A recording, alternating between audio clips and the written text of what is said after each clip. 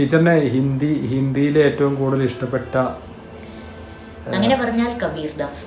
ഏറ്റവും ഇഷ്ടം എന്ന് പറഞ്ഞാൽ തുളസീദാസും സൂര്യദാസും ഒക്കെ എനിക്ക് നല്ല എല്ലാ ആധുനിക കവികളെയും ഒക്കെ ഇഷ്ടമുണ്ട്. പക്ഷെ കബീർദാസിനോട് എന്തോ സുഖമേ സുമിരൻ സബ് കരൈ ദുഃഖമേ കരൈ ന പോയി ജോ സുഖമേ സുമിരൻ കരൈത്തോ ദുഃഖ കാഹേ ഹോയി. ദുഃഖം വരുമ്പോൾ എല്ലാവരും ഈശ്വരനെ സ്മരിക്കും, സുഖം വരുമ്പോൾ ആരും ഓർക്കാറില്ല. സുഖത്തിന്റെ സമയത്തും ഈശ്വരനെ സ്മരിക്കുന്നവർക്ക് ഒരിക്കലും ദുഃഖം ഉണ്ടാവില്ല എന്ന്.